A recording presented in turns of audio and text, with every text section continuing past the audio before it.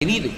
వాళ్ళు జాతకర్మ చేయించుకున్న వాళ్ళు కారు, వాళ్ళకి జాతకాలు తెలియనప్పుడు ఎవరైనా ఇబ్బందులు పడుతున్నారనుకోండి, పెద్దలు ఏం చేస్తారంటే వాళ్ళు పడుతున్న ఇబ్బందిని వింటారు.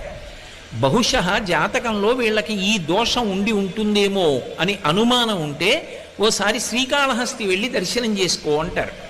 శ్రీకాళహస్తి వెళ్ళి దర్శనం చేసుకోని ఎందుకంటారంటే, లోపలికి వెడుతున్నప్పుడే అపసవ్యంగా వెడతాడు. శివానుగ్రహం, శివుడు శాసిస్తాడు.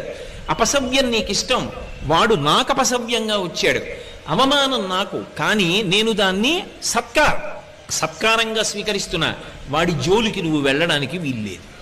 ఎందుచేత అంటారేమో, గ్రహములకు స్వాతంత్ర్యము లేదు. చాలామంది తెలియక శనీశ్వరుడు అంటుంటారు. శనీశ్వరుడు అన్న మాట లేదు అసలు. శనైశ్చరుడు, శనైహి చరహ. ఆయన చాలా మెల్లగా కదులుతాడు, మిగిలినటువంటి గ్రహాల్లాగా కదలడు.